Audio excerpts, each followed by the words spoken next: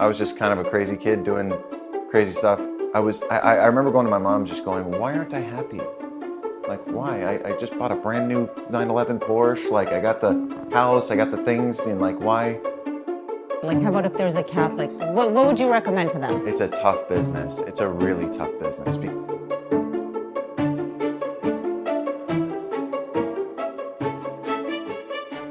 We're here today in Napa, Beyond Saint, with David Henrie. Thank you so much for joining us. Happy to be here. Happy to be here. You are such an accomplished person for like being only in your 30s. I'm not going to actually say your age Very nice of you. Thank you. because you're an actor, but like you're not only in front of the camera doing like amazing shows, but you're also behind the camera, and you're such a good Catholic man. And I want to get to all of it, but tell me how your journey started, like both personally and professionally. Yeah, it's a great question. You know, I grew up I'm Italian. My grandfather immigrated here from Sicily. And I just remember, Sicily. yeah, so yes, very spicy, big time entertainer. I just remember growing up seeing him play the guitar, seeing him entertain, seeing him tell these big, fun Italian stories. And he had 7 kids, so my mom's one of 7. They all had kids at the same time. So I just grew up in a big Italian, fun, loud household. So being funny and entertaining and making people laugh, that was kind of in my blood. And I started acting at an early age. My parents supported me like you'd support a kid in a sport. You wanted it or they I wanted wanted it. I wanted it. And they never added undue pressure. It was just like a kid in a sport. It was like, if you're having fun, keep doing it.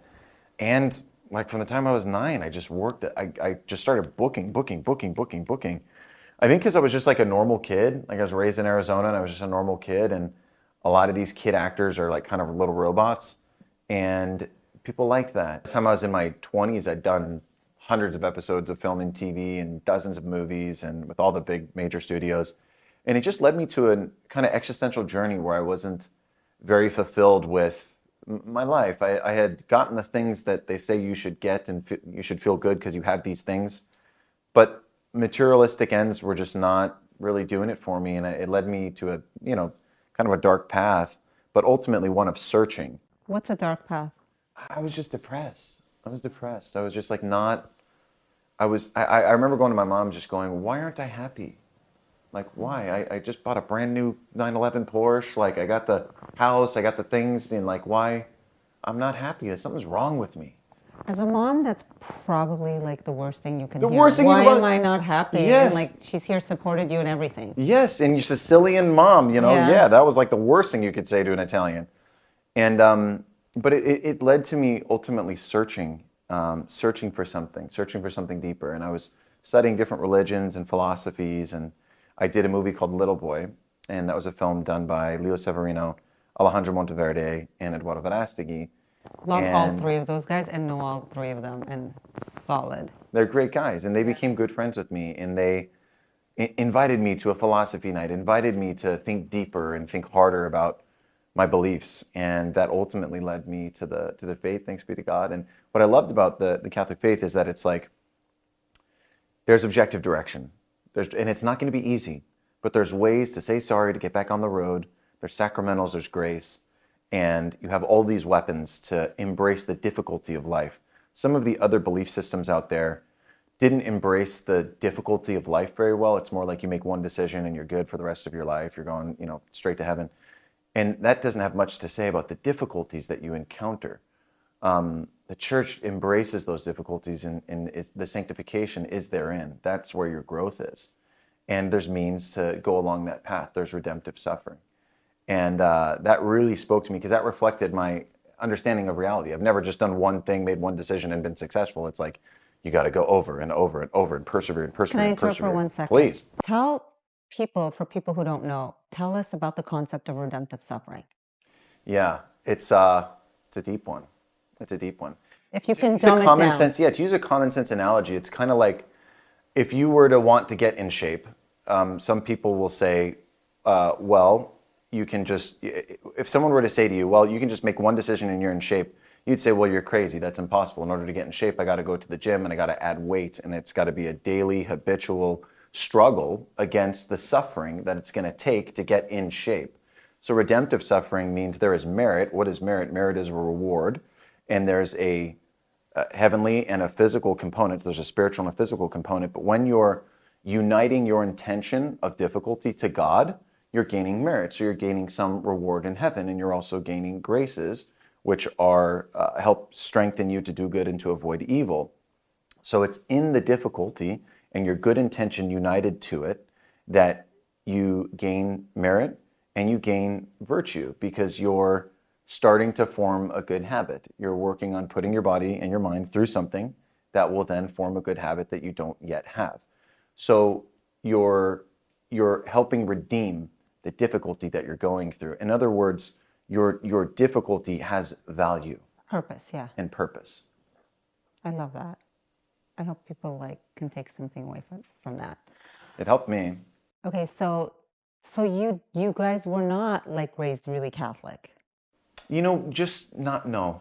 No, I say I'm a convert, but I guess technically I'm a revert because we're Italian, so I was baptized, but... We call them cradle Catholics. Cradle Catholics, yeah, but I didn't have any belief, really. I was just kind of a crazy kid doing crazy stuff in Hollywood until I got my 20s and then had a, big change. Was there one particular moment in your journey that solidified your belief that you're okay, this is the point where I'm in this? 100%, yes. Okay, tell me about that. There was one specific moment where I was shooting Little Boy, and I was at a philosophy night with some of the producers and some of the cast and crew. And there's a moment in the discussion where the talk was based around contingency and how everything is an effect of some cause. And if you trace back all those causes, you have to eventually get to some sort of first cause that's uncaused by its definition. Something doesn't come from nothing. And it was phrased in a way that just hit me hard and made me go, whoa, this thing is uncaused, omnipotent, omnipresent. From it order came. You can't get order from chaos. And it was just kind of light bulb moment where I went, whoa, if God exists, then, and he has a relation with his creation, then I got to change the way I live. I got some big changes I got to do.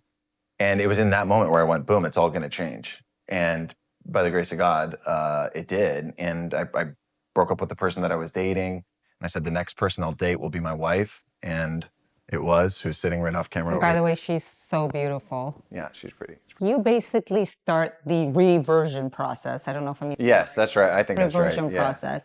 And how does your family, who are kind of cradle Catholics themselves, take to this? Do they now look at you and say, oh, what are you doing? Or are they okay, let me follow you on this journey? How does the rest of that go? Because it's kind of a shock to the system. Yes, mixed reaction. So very mixed reaction. My mom was immediately like, I always loved Jesus. Your father, he was the one that didn't want to go to Mass. He was the one that squeezed our hands during the Our Father. He never took it seriously. So I've always loved Jesus. Yes, let's go to church. I love that. My mom's sweet Italian woman was in immediately. My dad and brother were like, this is a phase for David. This is a phase for David, and I don't trust the people around him. What's going on here? And the more they got to know that it was serious and genuine, what I did was I was like, I'm going to go home and I'm just not going to say anything. They knew I changed. They knew I was something happened, but I didn't talk about it at all. I really didn't. I started hosting philosophy nights at my house, and I invited them to come, and I invited friends of mine from the industry to come. But that was it. I really didn't, I think they almost wanted me to engage with them or wanted me to do something, and I did nothing. Silence is almost worse, because then if somebody says something, you can rebuttal it or you could give them your 2 cents. But then silence is okay, what do I do now? I was literally I'm just going to live it. I also knew I had a lot of work to do personally. So I was like, I'm not ready to convert anybody. I got to fix myself. I got to get my life on this track, and that was my focus, was really myself. Okay, and then? And then they started seeing the fruit of this change. And they would come to philosophy night and they would start engaging. I mean, I even had a good friend at the time who I prayed. I said, I'm going to pray for the person least likely to ever find the faith. And every night I prayed for that person. And I didn't say really much of anything to that person. But I just said, hey, I was working with them with some scripts at the time. And I said, hey, I'm going to be going to Mass in the morning. It's a good routine if you want to come with me, daily Mass.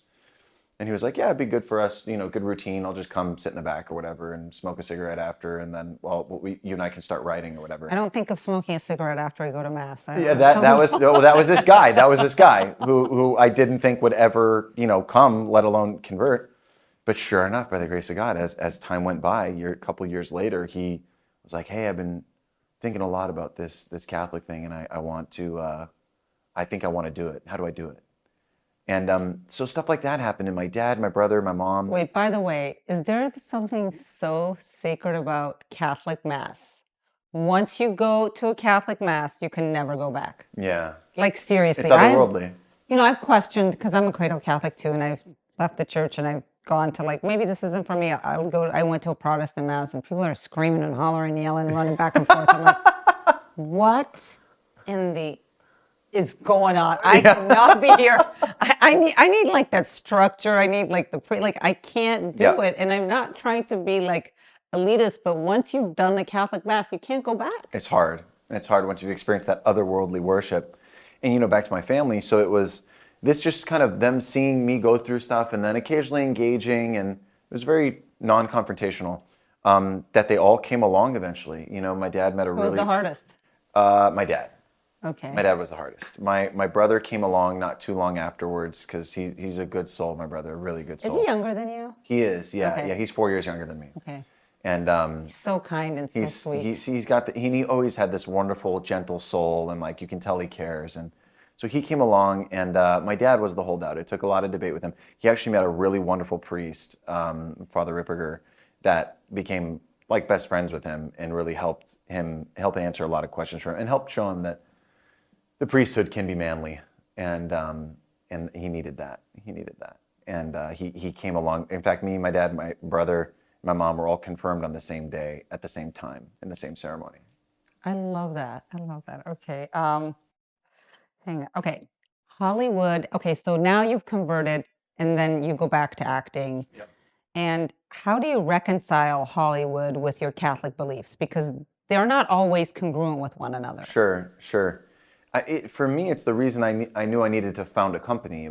I knew that, I've been given these great relationships, and I know that storytelling can cross all boundaries. The best storytelling crosses all boundaries. If you think of, Star Wars or Indiana Jones, or even older explicitly Catholic movies of the 60s, A Man for All Seasons, Beckett.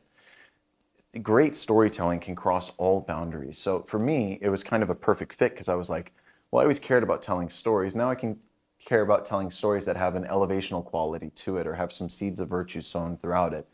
And a lot of times those are the best movies anyway. So for me, it was congruous with my faith because telling great stories is totally in line with my heart now. And it's why we formed our company. We formed a company called Novo, which means new in Latin. And we've produced, close to $100 million worth of content the past 4 or 5 years. So impressive. Netflix. We got nominated for an Emmy. We made A Tale Dark and Grim on Netflix, which was a big animated show for them. That is so amazing. Our Disney Plus show was #1. We have a #1 movie on Paramount right now, Monster Summer, which is a big hit for them with Mel Gibson and Kevin James and Lorraine Bracco. So yeah, just good storytelling. You shouldn't be like, the Catholic thing shouldn't even come to your mind. You should just be watching it and be moved. And afterwards, you can find out that stuff. But as an actor, I imagine I don't know, I'm not in the acting world or Hollywood, but I imagine that you would get offered roles about some really sleazy guy or... Yeah, I don't take those. You don't? Okay, but I think, you're lucky enough to turn them down. But how about if there's a Catholic that's practicing, would you recommend that? What would you recommend to them? It's a tough business. It's a really tough business because it's right now the business is in a lot of disruption, and it's a really hard business to make it in, really hard. I've been doing it for, 26 years now. So I have all these relationships I built, but if I was just a young guy starting in the business right now, I wouldn't go to Hollywood. What I would do is I would use the new distribution models to try to make the kind of content that I want.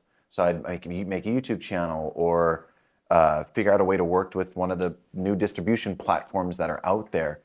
It's not a traditional avenue like it was back in the day where you just go to Hollywood and you become a waiter and you wait for a shot and try to make it with an agent. There's an entrepreneurial way to go about this. That's what I would encourage people to do, is try to figure out a way to gain yourself the type of audience that you want. You can do that now. So yeah, I'd encourage a non-traditional approach to getting into it, because a traditional approach, there's still 500 people for every one role. And if you don't take that one role, even if it violates your conscience, your agent's going to drop you because you're not taking that thing. So yeah, it's tough, but it's very possible because you're in a time of disruption. So in this time of disruption, if you can figure out a way to make a name for yourself on YouTube or through one of these other new distribution platforms and outlets, that's the path I'd encourage people to do. I wanted to ask you, I forgot before, what does your philosophy night look like? Yeah. Tell me a subject. Yeah, it literally is just like, the way we talk is just like, let's ask some bigger, deep questions. And, everyone's hanging out. It's usually like my wife or my mom will make pasta, someone will make some food, and you're just hanging out, and it's I want to come over already. You said oh yeah. Did someone say pasta? We make some good hand-cranked pasta. So it's casual and fun, and it starts with big questions. So literally, it starts with, let's just ask some funny questions and just have a good time here. When a leaf falls from a tree, where did that come from? And that's like the first question.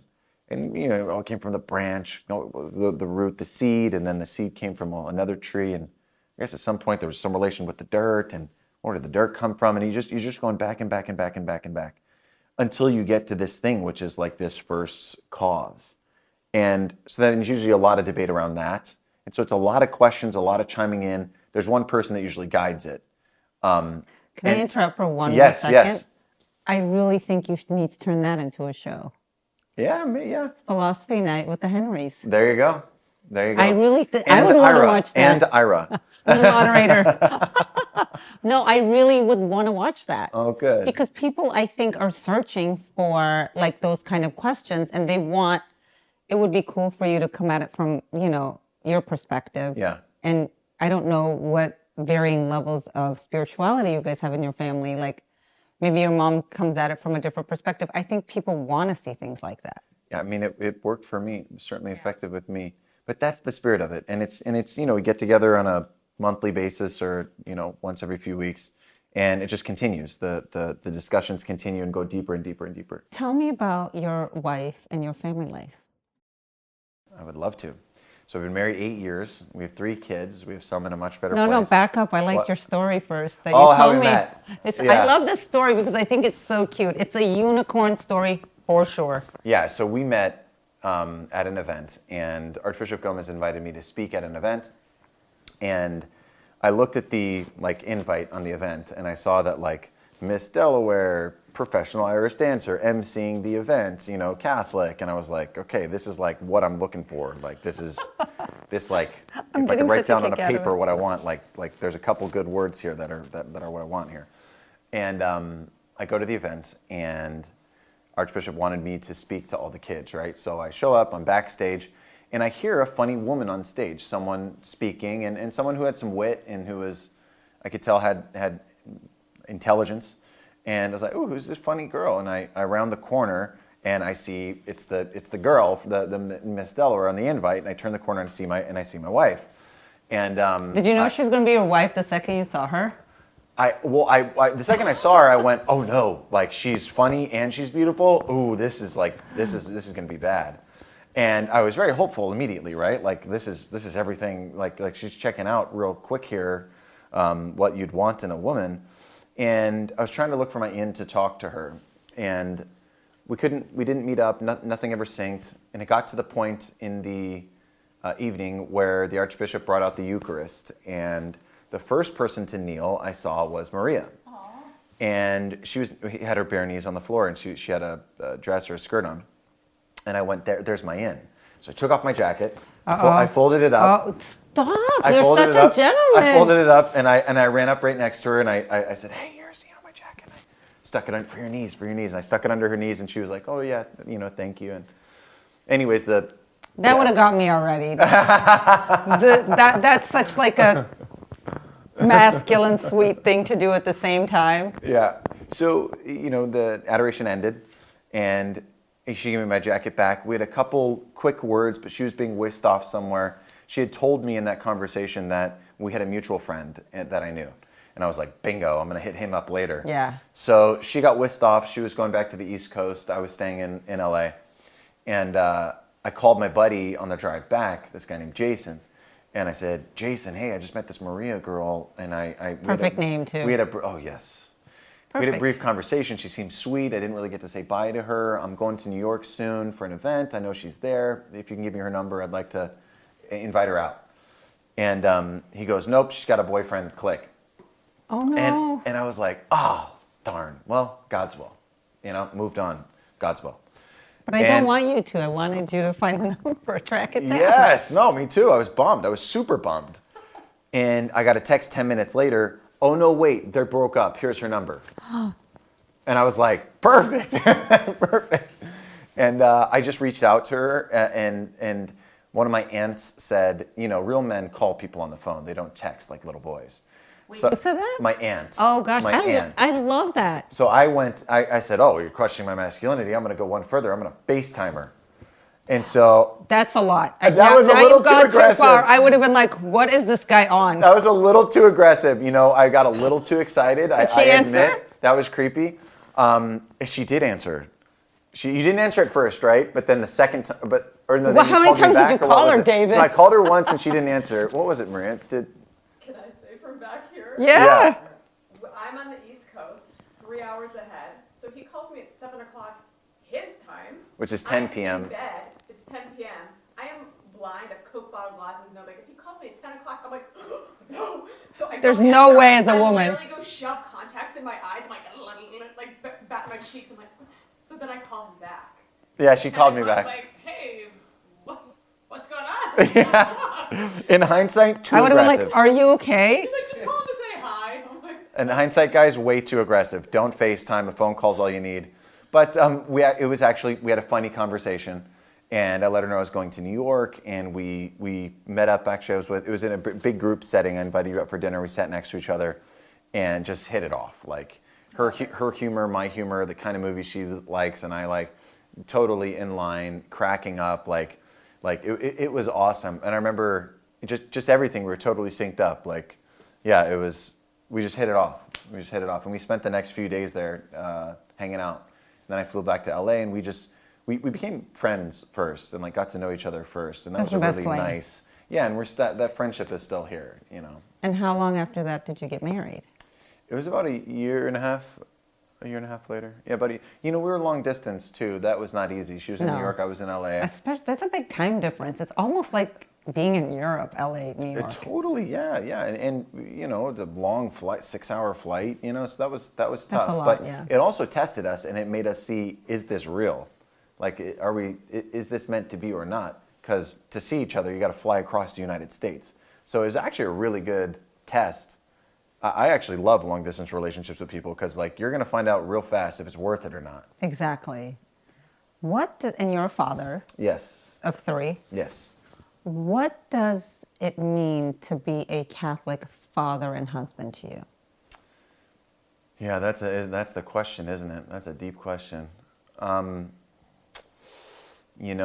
To me, God gives you these children, and one day, when you get to heaven, God willing, you're going to have to answer for all of them, and that's a huge responsibility. Huge. So first and foremost, it's like, are you providing for them spiritually? Are you providing for them physically? You're protecting them spiritually. You're protecting them physically. So it's a huge responsibility in my mind to try to do what I have to do to try to get these little souls to heaven. And I think and talk about it a lot, but it's the ultimate thing that really mans you up. Like, really does. Like, you're forced to try to be great for these little ones. And I also tell mostly my daughter, but I always tell my kids, of course I'm always going to be there to tell you what to do or whatever, give you advice, but you only really have 18 years of that intense time. Yeah. And after that, they're on their own. Yeah. So you have such a short time to get all of these spiritual and non-spiritual, even worldly gifts and wisdom to them. Yeah. And it's so important, I think. Totally. I mean, most of your life will be spent with adult children. It won't be spent with them and these little beings. Right. So this is the time to set the foundations. Part of the reason we moved to Idaho was to just try to give them a very solid, wholesome, well-formed little mind, because they learn more through the images and environment that surrounds them even than what you'll teach them as a parent, you know, although that is so important.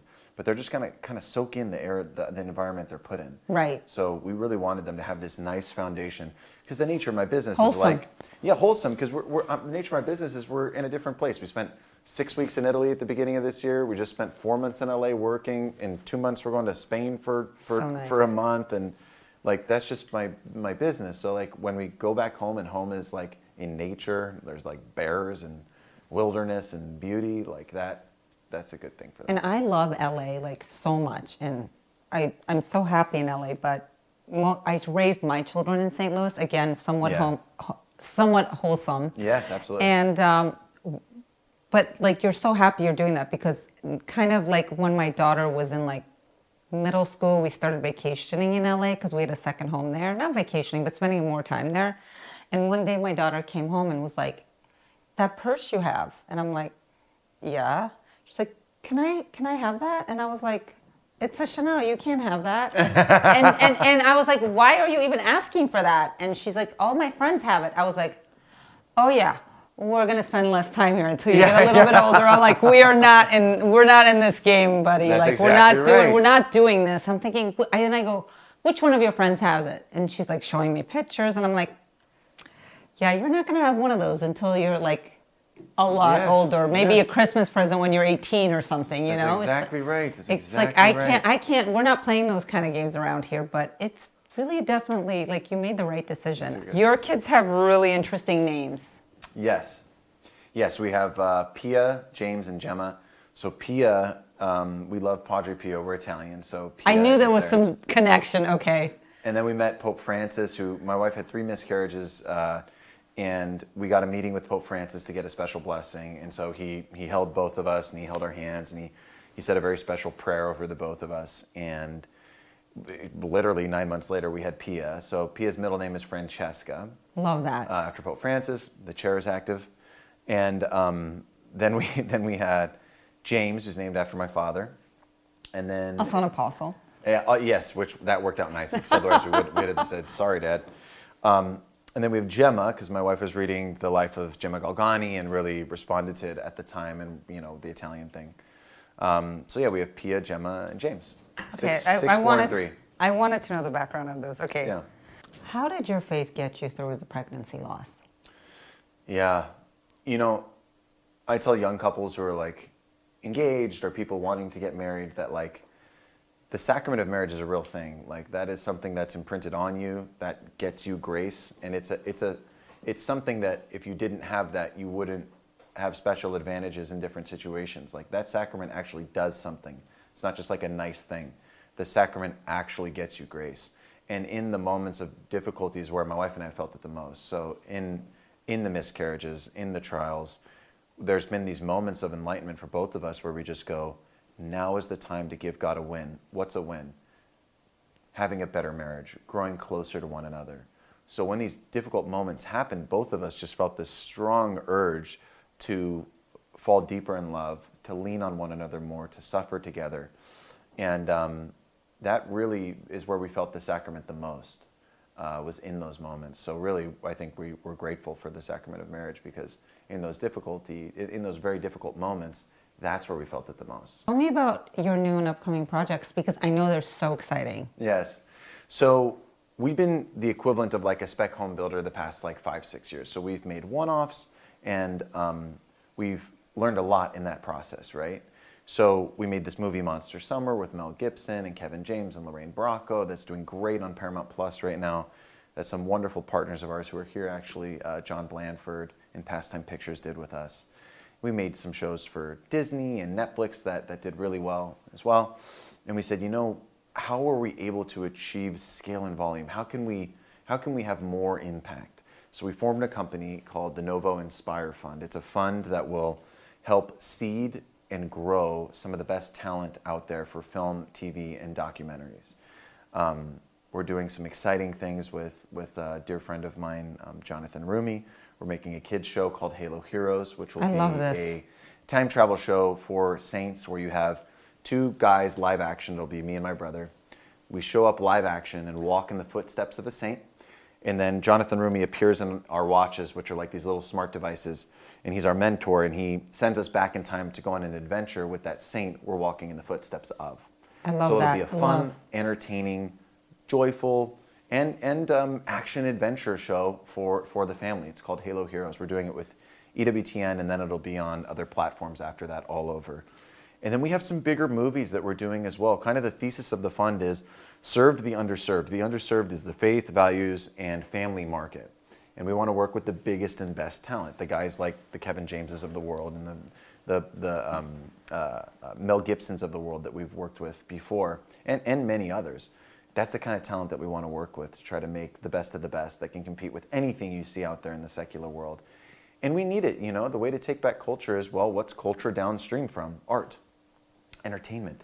And the church always knew this. In the Renaissance, it had the best artists in the world. So now is the time to do something like this, because we're in a cultural moment right now where people just want good stuff. They don't want right, they don't want left, they want something that can appeal to everyone and just be a good time. So we're excited to capitalize on that momentum. That sounds amazing. I hope it's I know it will be wildly successful. Thank I'm not you. even going to say hope. Thank Are you. you a speaker? No. You definitely need to do that. Oh, that's nice of you. No, I'm not being nice. That's nice of you. I'm not being nice, but like I think it's important, because it's important for you to be like a really good. We talk about serving because I think you would inspire a lot of young boys.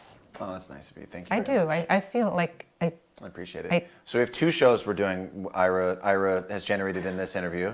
So let's just be keeping track, all right? We have 2 things. I'm going to be a speaker now, and what else are we doing? philosophy with the and Henries. philosophy show. Philosophy with the show. Henries. She's an idea generator. Yes. Generator. Thank you. Who's your favorite saint? Ooh, Saint Joseph. He's a popular one these Saint days. Joseph. I do a novena to him every day. I do the Saint Joseph novena every day, and he's a big one for me, just as a husband, father, and man. I love St. Joseph. I love Padre Pio. Love the St. Michael prayer. There's so many good ones. I mean, so many good ones. Obviously, the Blessed Mother. She almost doesn't count. Like, Yes, because she's everyone's favorite. Like, come on. Yeah, she takes, obviously, has the main place in my heart next to our Lord. But yeah. Your favorite prayer? I mean, I love the St. Michael prayer. I love the Litany to the Sacred Heart. Litany to the Sacred Heart I do every day. My favorite prayer is probably the Litany of Humility. Because of my business and the industry that I'm in, like the Litany of Humility just gets me. I do that every day too. There's so many good prayers. If you had to describe your relationship with God in one word, what would it be? Trust. Trust. Yeah. It's life's not easy. Life can be difficult, and family and kids and work, especially if you're going out there trying to provide for your family. Like, it requires a lot of trust to not let you get turned into this ball of fictitious energy. So yeah, trust is a big thing for me. Your most favorite project you've ever worked on? The 2 that I'm really loving right now were Monster Summer, because I learned a lot from Mel Gibson, who's become like a mentor to me and friend. Learned a lot from him. He's a very talented filmmaker. And he's over there filming in Rome, The Resurrection. Yes, he's doing Resurrection right now, And which I he heard just Jim cast my can- brother Yeah. in, which is exciting. And then the second thing is the show I'm doing right now for Disney, Wizards Beyond Waverly Place. We have such an amazing cast and amazing culture. It is a beautiful place to work, and there's a joy there that I think is hard to recreate. So that I'm happy about the success off camera as I am on. It's just a great place to work. There's a lot of human dignity there. Thank you so much for coming on the show. Ira, that was great. Thank you for the Thank time. you. Really appreciate it.